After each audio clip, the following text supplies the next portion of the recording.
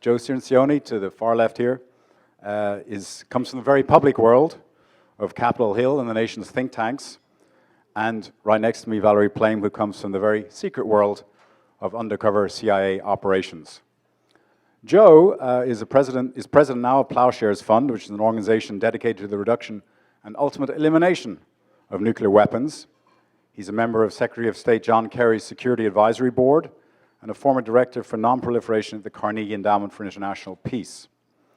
He's also memorably appeared on the Colbert Show in 2009.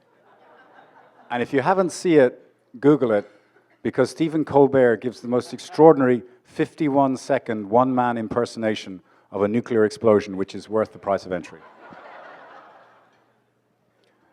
Valerie Plame, as an undercover agent for the CIA from 1985, was posing as a businesswoman in Europe to collect intelligence on the nuclear industry and to run a network of informants to prevent Iran and Iraq, our good friends, from developing nuclear weapons.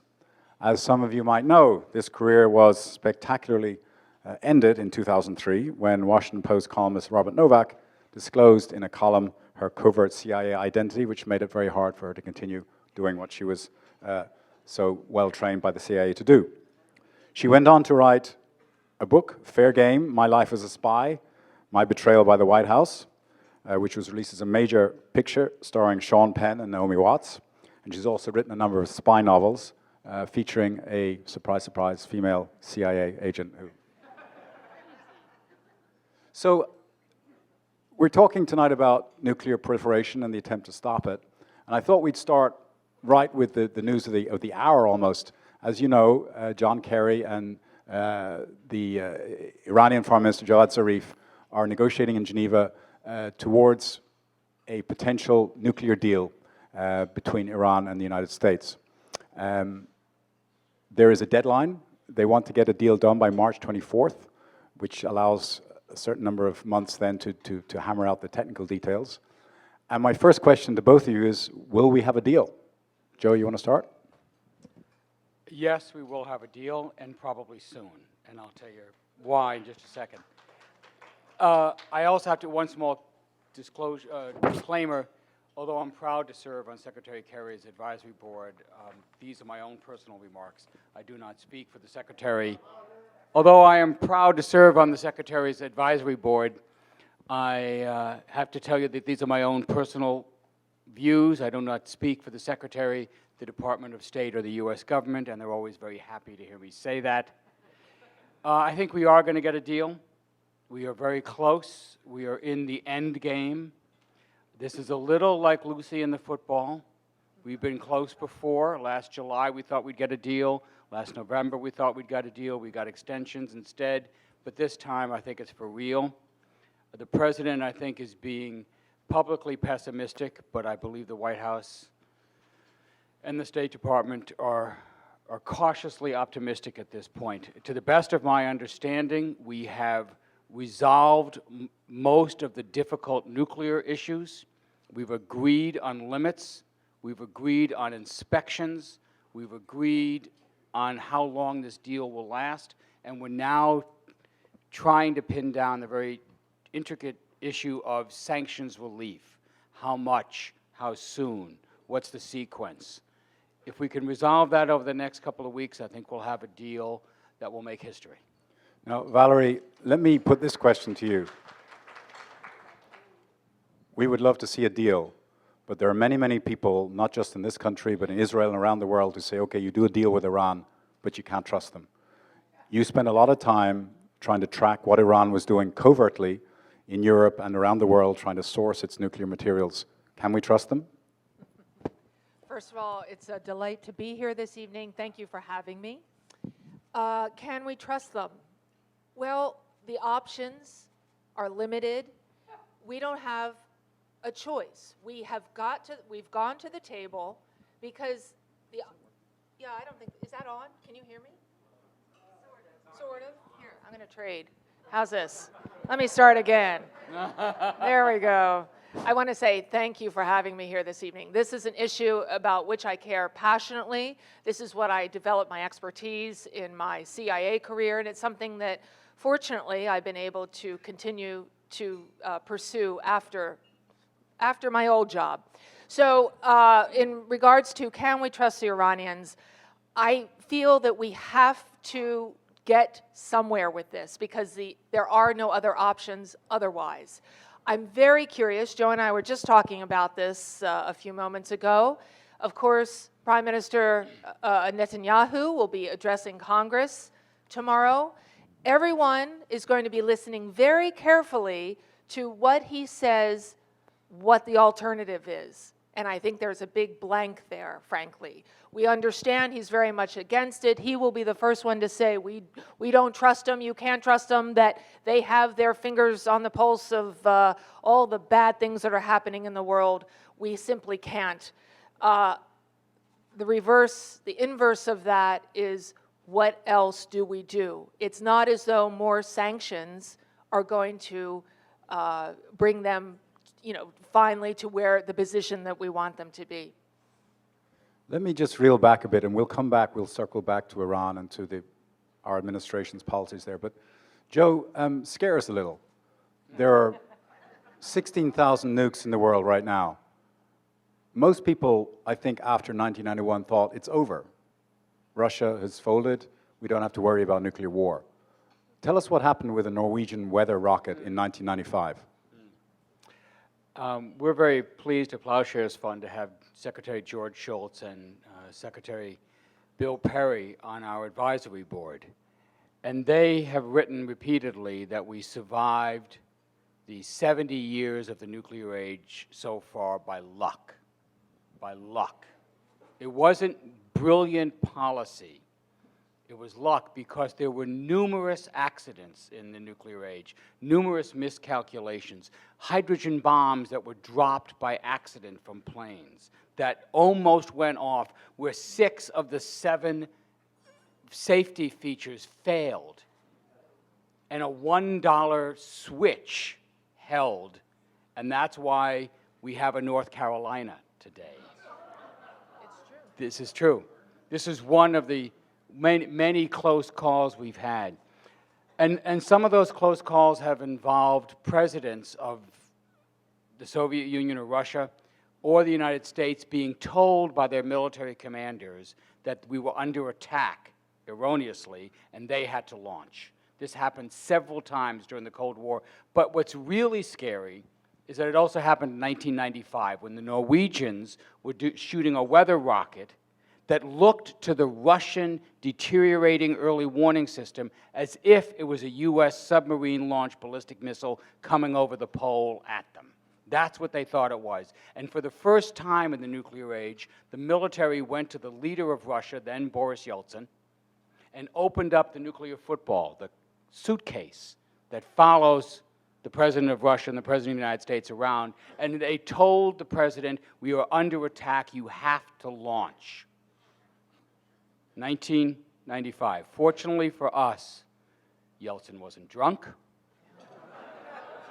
He didn't believe them. We don't know exactly what happened in that room, but we know they waited, and they waited. No bomb went off. More intelligence came in. They closed the suitcase. They went away. We escaped. And here's the really scary thing. What would happen today? What would Putin think? What would Putin do? What would we do? That's what's so scary. Each side has 5,000 nuclear weapons, at least 1,000 of which are on hair trigger alert, ready to launch in 15 minutes or less. That's how close we are every day, right now, to a mistake, to a miscalculation that could be the end of civilization. I would just add to that point, the best book on this is by Eric Schlosser. It's called Command and Control. It came out last year. The central story is a story of a Titan II nuclear-tipped missile in a silo in Arkansas, that there was they were doing routine maintenance, and the maintenance man leaned over and dropped a wrench down, and wouldn't you know, it pierced this, just at the point of the missile that happened, it was thin-skinned there, and then the next 24 hours, what unfolded. So that is the the thread, the storyline, but what Schlosser does is talk about the story that Joe just gave you and dozens of other examples throughout our history. And when you finish that last page, you can't help but understand and deeply believe that we've just gotten lucky so far. And Joe, just help us to understand exactly how lucky. We've mentioned 16,000 nuclear warheads on the planet. How many would it take to destroy this planet or to seriously interrupt our life? And what's the likely scenario if there were an exchange of weapons? So many people in this room have seen Dr. Strangelove and see that wonderful ending of the movie with thermonuclear bombs going off all around the planet. And we often think of a thermonuclear war, maybe people in the back are waiting eagerly for the new Terminator movie to come out this summer, which of course has thousands of nuclear weapons going off on the planet. It doesn't take thousands to destroy the Earth. Scientists have been using the climate computational tools that are now available to us, and we calculated what you may remember from the Cold War days of the nuclear winter effect. And they now calculate that if India and Pakistan went to war and used 100 nuclear weapons, which is a completely plausible scenario, each has over 100 right now. If they went to war, 100 nuclear weapons going off in the dense wooden urban cores of the subcontinent would put enough smoke and particulates in the air to enshroud the Earth in a cloud cover that would drop global temperatures 2 or 3 degrees. So the bombs wouldn't hit us, but the cloud cover would cover us. And dropping 2 or 3 degrees for 2 or 3 years is enough to kill most food crops in the world. Unleashing a famine, the other scientists have calculated, could kill 1 billion people. You kill 1/6 of the world's population, and you have the collapse of human civilization. Does that end the planet? No, but it ends a lot of us. So just 100 nuclear weapons can fundamentally destroy human civilization. That's one of the risks we have to worry about. If I may just add, Joe's speaking about 100 nuclear weapons. Think about the unthinkable, just one here in the United States. I put before you the proposition that if that were to happen, the fear that it would generate would and this wouldn't be coming necessarily from our leaders. I think the American people would be so terrified of this that, you know, I could see a scenario where martial law is imposed. Things that we care about, like the Bill of Rights, civil liberties, are put on the shelf, and I don't know when they'd be taken back down. Now, we have at least some form of structure for preventing a US-Russian launch. There's a hotline. Yeah. We even hope that the Pakistanis and the Indians have some form of control over when they would launch. I know that there's some speculation about whether the Indians would bring their troops up and provoke the Pakistanis. But Valerie, I'd like to ask you about the scenario and the likelihood of terrorists getting hold of a nuclear weapon. This is part of the underworld that you knew a lot from when you were working as a CIA officer. There's a lot of nukes out there. What are the chances of some terrorist operation getting a nuclear weapon and then having nobody to tell them, don't do it, that you can't afford to do it because they have nothing to lose? Right. This is where I spent a lot of time and built up my expertise at this intersection of nuclear capability and terrorism. It's whether it is a rogue nation state, whether it's a terrorist, whether it gets on the black market, the consequences could be catastrophic. As we have seen over the last year, as all of a sudden ISIS has moved very much into our consciousness, they clearly have a nihilistic worldview. And imagine, since they are completely unmoored from anything that we considered in the just war canon of what is allowable with prisoners and so forth, that their actions have been so barbaric. If they were to obtain any sort of nuclear capability, they would not hesitate to use it, and I believe that deeply. There was just an article in The Atlantic that has caused a great deal of stir about sort of the more theological underpinnings of ISIS. It's caused a lot of controversy, but a piece of it says that they, and I don't know this, that they have a view of end times, that they are trying to move, as we see on the far right, the dominionist Christian worldview, Armageddon and so forth. They have their own version of that, and what is more effective to affect that than nuclear weapons? Yeah, this is a new threat. Terrorists didn't used to cause mass destruction. Terrorists were often operating to take over a country they were operating in. They didn't want to see its destruction. But you now have this new apocalyptic, messianic terrorism that does actually believe that the whole point is to bring about a massive war, because then and only then will their Messiah, their Caliph, their mullah come and herald in this new era. It's an extremely dangerous ideology, and you do not want to marry that up with the means to carry it out. Well, paint a scenario. How would a terrorist get hold of a nuclear weapon today? Well, I'm often asked, what's the most realistic movies out there in espionage? And the one I do point to, it was sometime in the 90s. It was called The Peacemaker with George Clooney and Nicole Kidman. It's not a bad movie. And of course, they do have Clooney dangling from a bridge and the Hollywood action stuff. But what got me was the plot, which was a loose nuke that was transiting through on a rail car through a Soviet republic or former Soviet republic, and taken over by, I think it was a Serb national and so forth. Yeah, but so that had resonance with me. It really thought, something like that really could unfold. What I worked on in the CIA, some of the things I worked on was the AQ-Khan network. I don't know, do you know who AQ-Khan is? Some people, yeah, okay. So Pakistani nuclear entrepreneur until very recently under house arrest.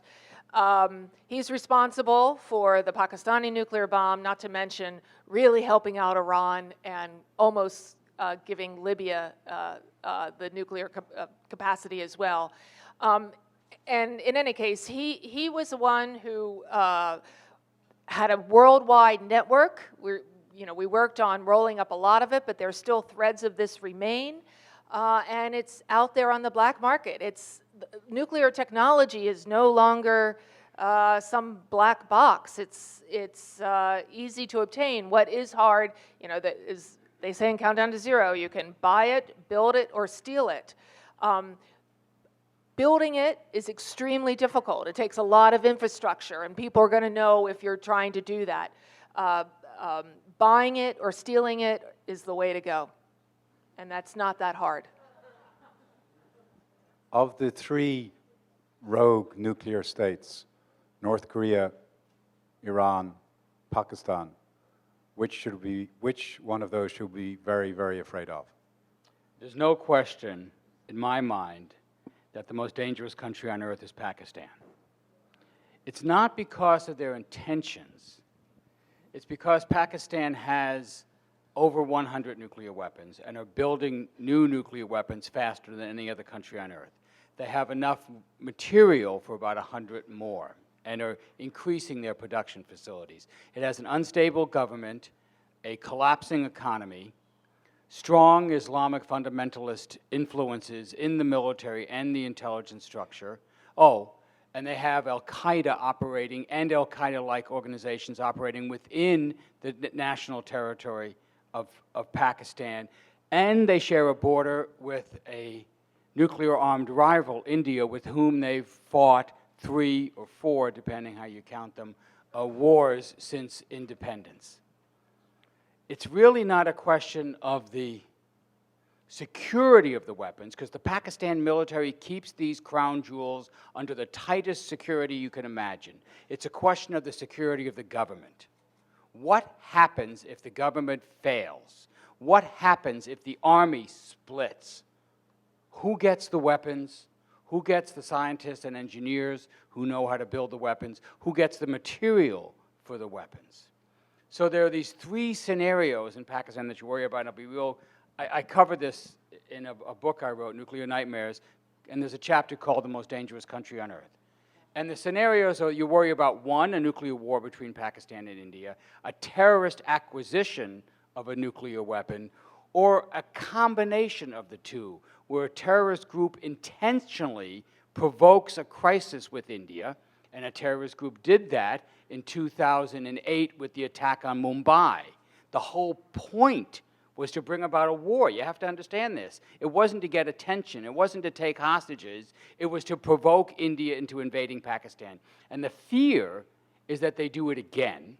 And when they do it, the Pakistan military doctrine calls to flush out the nuclear weapons, which are intended for short-range use, tactical use, meaning they have to be brought from their secure facilities into the hands of battlefield commanders, and they become more vulnerable, which brings us back to Peacemaker. This is how they get the bomb. It's in transit, and you move it in transit, and that's when the terrorist group moves to take one or two bombs. And that is the real nightmare scenario. Joe's absolutely right. What that is referred to, that structure between the military and the government, is called command and control. In Pakistan, it happens to be particularly weak. It's, how do you communicate from the head of the government to whoever is in charge of pushing the button and launching a missile or whatever it might be? They've made some progress, but it's still... Yes, they have. And there comes communications, there are an embryonic hotline, and they struggle to do it. It's just that it's tenuous. And we're human. And we're human. And there are people that want to bring about the conflict. That's the most dangerous part. It doesn't have to be an accident. It's intentional to bring about the terrorist act. Joe, just a small technical question. Compare with, if you would, the decision times that the US president has if he is warned of a Russian strike, that the Russian president has if he's warned of a US strike, because I think that's shorter, and the decision times between India and Pakistan, who are absolute neighbors. How does that measure out? The reason we started keeping our nuclear weapons on hair trigger alert, ready to launch in 15 minutes, because if the Soviet Union, or if Russia today, and our force is still sized against Russia, if Russia shoots an ICBM off, it takes a couple of minutes for it to clear the cloud cover so you can start to see it. Then you pick it up, then you get a dot, then you get two dots, now you have a track. Now you can start thinking of where it's going to go. You have to verify that. And in that time, you then have about 15 minutes time to launch your missiles before the enemy's missile hits yours. So that's the whole point. It's called launch on warning. Launch on warning. So that's what you want to do. India and Pakistan don't have an ocean separating them. There, we're talking about launch to impact times of 5 minutes, 10 minutes, notice time of maybe 5 minutes. Impossible. Impossible under those circumstances to be able to do anything but launch in a spasm. You know. And that whole dogma, which held, that was the canon under which the Cold War was conducted, mutually assured destruction. I love that acronym, right? MAD. That if either the Soviet Union or the United States were to launch, they understood that it was so crazy that both would be completely annihilated, and that was supposed to keep the peace. And people, those who advocate and big proponents of a nuclear deterrent, point to the Cold War and say, well, there wasn't any, right. That worked very well then. But the world has changed profoundly since the fall of the Soviet Union. And two quick things, and I'll be quiet. Yeah. So this deterrence doctrine, I mean, deterrence is a great theory that works perfectly until it doesn't. And that's the problem with deterrence theory. And when it doesn't, it involves massive casualties, which is why the Pope is reconsidering the nuclear policy of the Vatican. The Vatican doesn't have nuclear weapons, but they have opinions about nuclear weapons in the world. And I was just at a conference in Vienna in December, and the Holy See came out with a new statement, and the papal emissary read it, and it started to move the doctrine. And when the Pope comes to the United States in September, I think you're going to hear this, and the doctrine is basically moving to say that nuclear deterrence itself is immoral. It's immoral because it's indiscriminate, it results in mass civilian casualties. And if we were to ever to use the weapons, that is, if you execute the purpose of deterrence, deterrence relies on the threat that you're going to use them. If you ever did this, it would be such a catastrophe as to invalidate any security benefit you could get from this. Now, I realize that what I'm saying is controversial, but it's not controversial in the Catholic faith. It's not controversial to a lot of countries in the world who look at our posture and think, we're nuts. This is crazy. Why would you do this? So I know you didn't come to hear me talk about Pope Francis, but watch this space. It's a very interesting development that's happening that's getting right to the core of nuclear weapons policy in a very unexpected way. Well, let me ask, you say that the Catholic Church is preparing to declare deterrence immoral. Coming. Right. You say, they said it was not moral, but they said it was allowable because of the necessity of the Cold War, and now that's changing. Valerie, I want to ask you about the types of shady characters that you would have met, you know. You mean other than you and Frankfurt, this guy? yeah. All right. In Frankfurt, shopping malls, wherever you hang out. People who were dealing in mass destruction, not to protect their nation, but to make a buck. What types of people prosecute that type of business, and where does that cynicism come from? Well, let me go back to A.Q. Khan, with whom I and my former colleagues, we tracked him for years. There was a lot of creative operations that went into that. He started off by in his early career, he was a physicist, and he was in the Netherlands working for a nuclear consortium, took the plans back to Pakistan and showed them to the then Prime Minister and said, here's how we get into the big boys club. He became the father of the Pakistani bomb and is still revered as a hero. If you've ever seen news clips of some of the first Pakistani nuclear tests, there's cheering, there's tears in the street of joy. Hugely popular. Yeah, hugely popular. But he went beyond that. I find him a fascinating character. In fact, I wrote some spy thrillers, and one of the characters, the villain, is inspired by A.Q. Khan, because I think ultimately he was amoral. He was pursuing this for his own glory and his own power, money. And so he's at the top of the heap, but there are so many other. I was going to talk about the Tinners. There is a father and two sons called the Tinners, Frederick, Urs, and what was the third Tinner? All three they had different backgrounds in engineering and so forth. So A.Q. Khan hired them to help as their technical expertise. And as Joe, in Countdown to Zero documentary that we both appeared in, he has a great line talking about A.Q. Khan, if you want something, 1-800-AQ Khan. Yeah, anything in the nuclear world. The Tinners would help get those widgets to whoever had the money to pay for it, whatever you wanted. And as I mentioned, so a lot of this network was rolled up. You may recall in December of 2003, the Libyans were essentially caught red-handed, and they said with their nuclear program, and they said, okay, we give up. And A.Q. Khan then was put under sort of house arrest. But there's still a lot of those tentacles out there. And again, as I mentioned, of course, the technology is available. It's not rocket science, as we'd say in Los Alamos. Right. Before I open up to questions, Joe, what is to be done? Well, here's At the a good policy news. level. Here's the good news about this story. A lot of people are very worried about the scenario we describe, and so they've been doing things about it. And they've been doing things since the first bomb went off.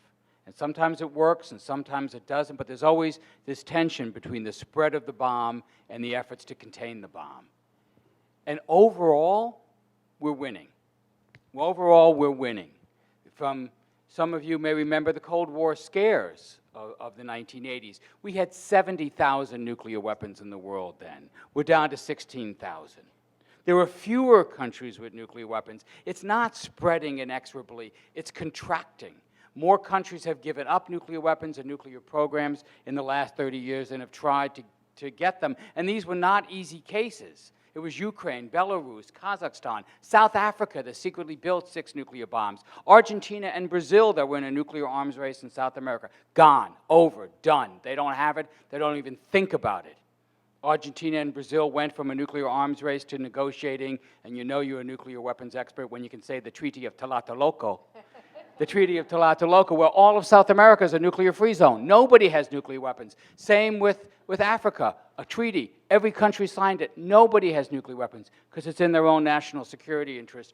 They think they're safer if their neighbor doesn't have the bomb and they're right. So we're winning. We're going that way. We have our national leadership that wants to do this, that wants to reduce the nuclear weapons, that's made headway. Sometimes we have international partners like Medvedev, when he was president of Russia, that wants to cooperate. Sometimes we don't, like Putin. But overall, the arc is going this way. The question is, are we going to get there fast enough? Because when you're running away from a forest fire, it's not just a question of direction, it's a question of speed. Are we going to get there fast enough? And so I'm encouraged to see so many people come out. I know you didn't come to see me, but I'm glad that I get to tag along with Valerie and we get to talk about this message, because we need every one of you. If we're going to win this race, if we're going to save the planet, and I'm not kidding when I say that, we need every one of you doing a little bit, and some of you in the back doing a lot.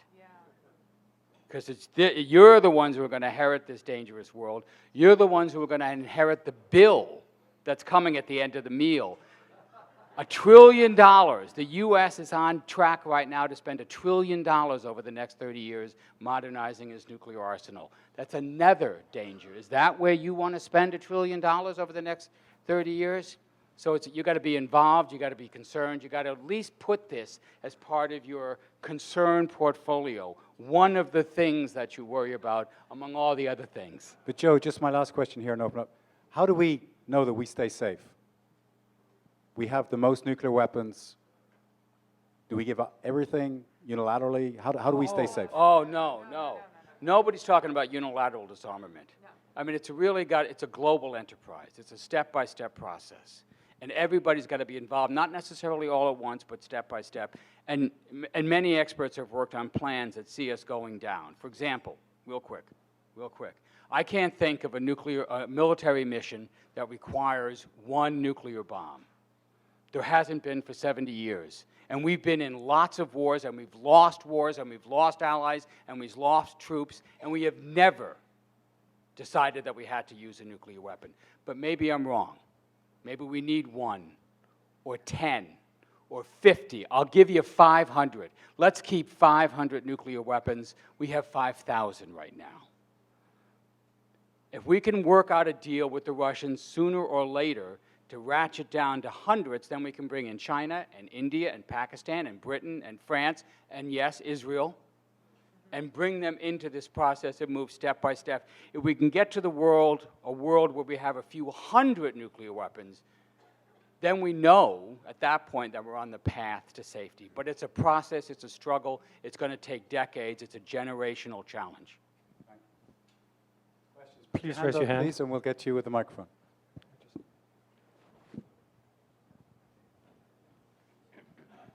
Well, I agree that we should work out a deal with Russia, and I worry that the trend is in the wrong direction right now in our relations with Russia.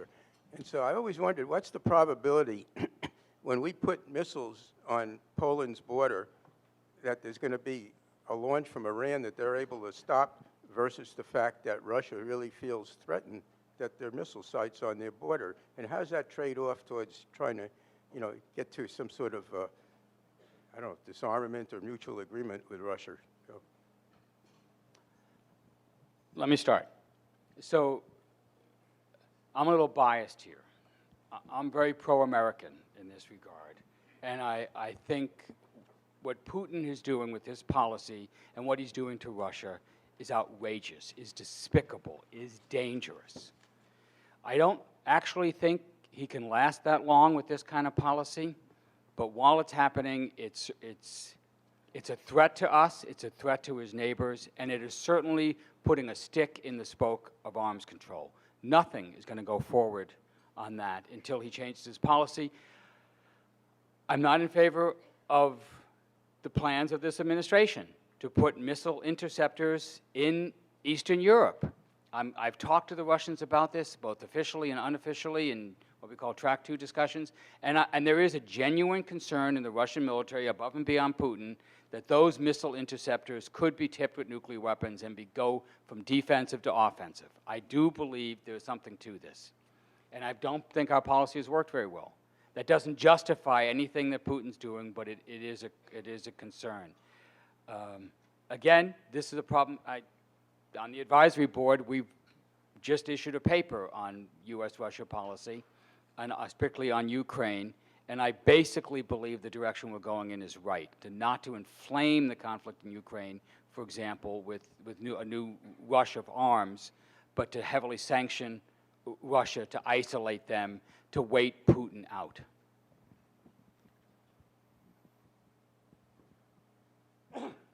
To digress from what you've spoken about all evening, you know Stephen Hawking's, right? Well, of him, yes. Yes. And I've actually read A Brief History of Time The Theory twice. of Everything was a fabulous movie. He doesn't have much hope for the world continuing as we know it. He says the only thing that has to be cured is hate. He said if we don't find a way around the world to correct the hate that exists, nuclear weapons will destroy us. And he says he's not very hopeful right now. He's also said, as long as there is life, there is hope. And I've listened to him give a lecture at the Bulletin of Atomic Scientists. You know, these are the people that we're proud to support at Ploughshares Fund that do the doomsday clock. And he was part of the board that decided when how to move the hands. And he's an anti-nuclear activist. Yeah. It's one of the many things that he does. He strongly urges us to pick up the pace and control and get rid of as many of these things as soon as we can. My name is Roger Berg. I had a whole microphone. Those people who are speaking their questions should hold the microphone next to their lips as the people on the podium, because otherwise your voice becomes thinner. Now, since you're talking about nuclear situations, my first comment is you're not going to stop Iran, and you're not going to stop North Korea from having the bomb. I'll finish. They're going to do it because they want it, and I don't care what sanctions you put on them. Now, getting up to the lady that's on the podium, I would like to know if there was ever any time that the person who outed you was known, and if found or not, to either he or the one who actually disclosed you ever just say what the rationale was for putting you out on the public eye, so to speak. One more thing coming. There's only one way ISIS is going to be destroyed, and that's if we have a coalition like we had in the 1990s of all Let's these just keep to one European question, and please. African states. I'll answer Go. that.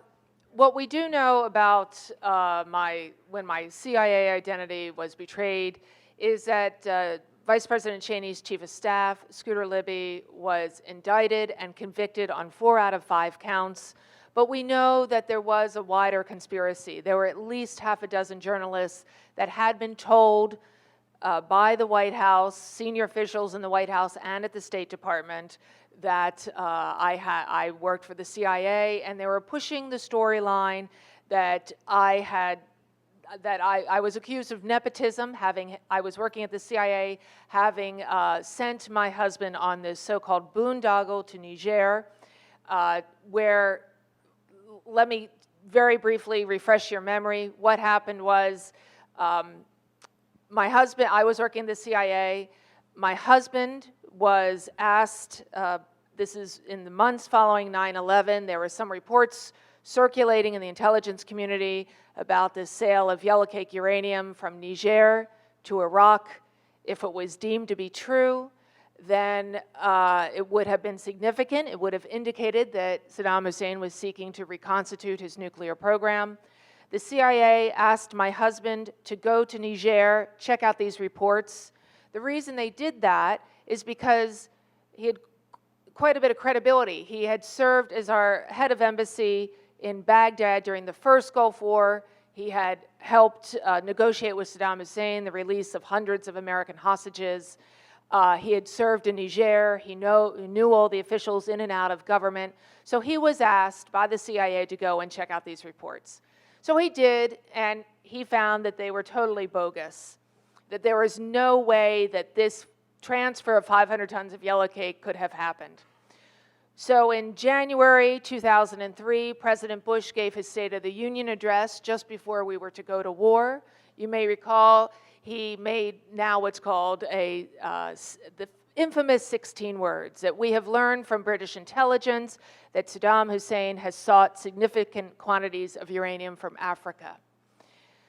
So we went to war March 2003, and in the meantime, in the background, my husband was trying to figure out exactly how those 16 words got into the State of the Union address, because he had remembered his trip to Niger previously, but there are other countries on the continent of Africa that mine this yellow cake uranium.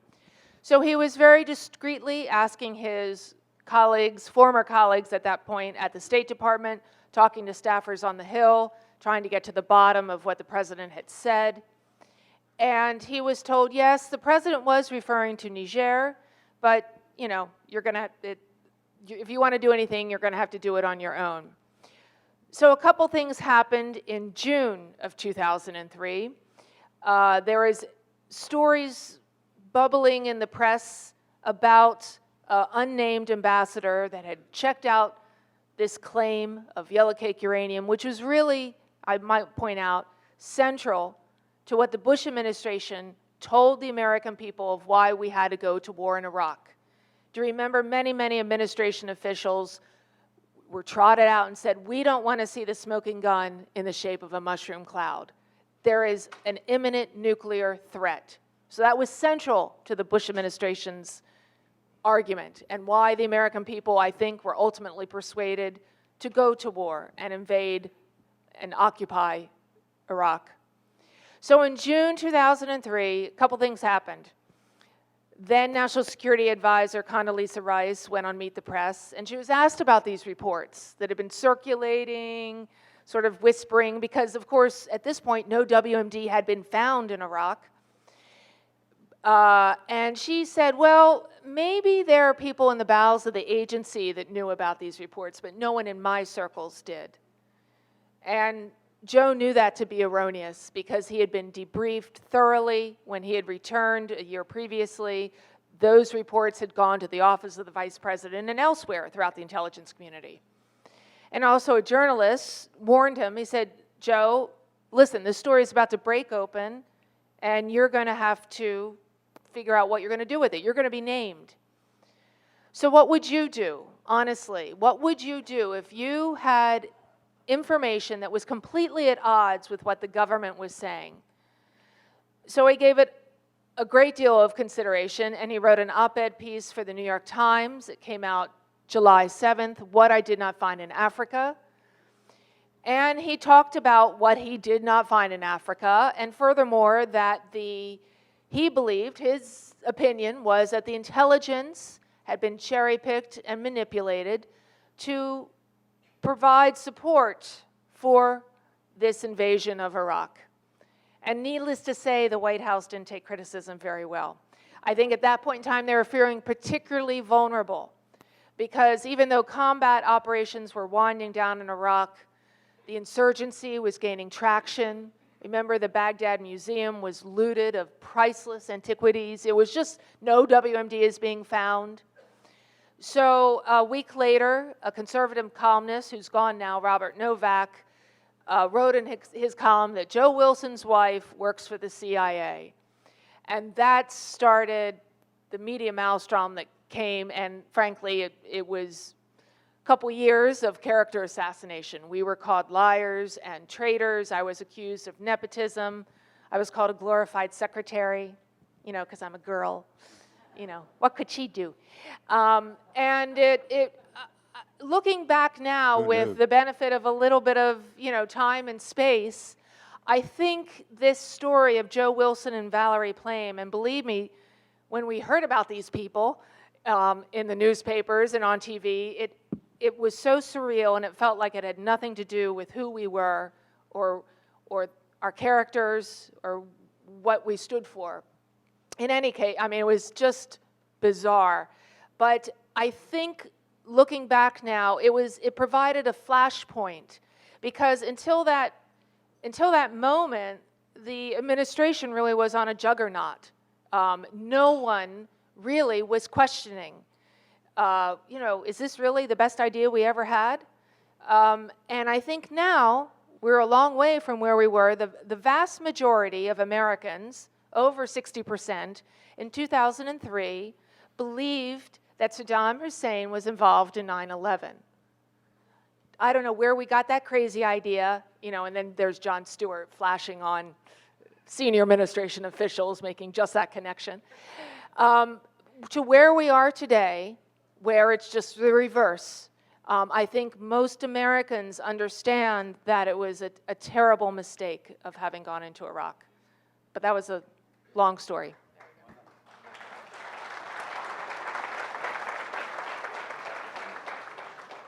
My question's from a younger perspective. In the student seminar, we were talking a little bit about intelligence. You kept saying intelligence. I was wondering about artificial intelligence and evolving technology and how that plays a role, or even a dangerous role, in the evolving world of nuclear proliferation and technology. I'm sorry, I'm just not qualified to talk about artificial intelligence. I read Scientific American, but that's about as far as I go with that. We'll make this the last question, please. I'm curious. I read your book, Fair Game. And Can't hear it.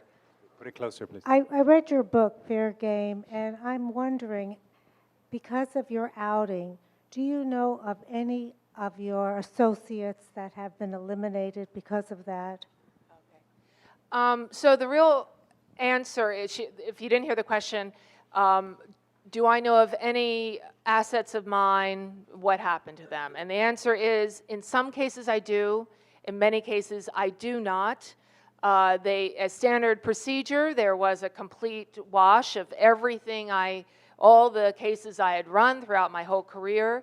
I never saw that, but it's very painful. And I think the lesson in that is, think about if there is an asset overseas or someone with really critical intelligence that our senior policymakers could use, and they're thinking about contacting, you know, their CIA guy in town or woman in town, and then they hear about the story of what happened to me, and they think, well, why should I jeopardize myself and my family when they can't even keep one of their own safe? So, you know, I'm going to go to someone like the Russians. At least I know they can keep a secret, right? So that's, you know, the consequences are severe. That's for sure. Yeah.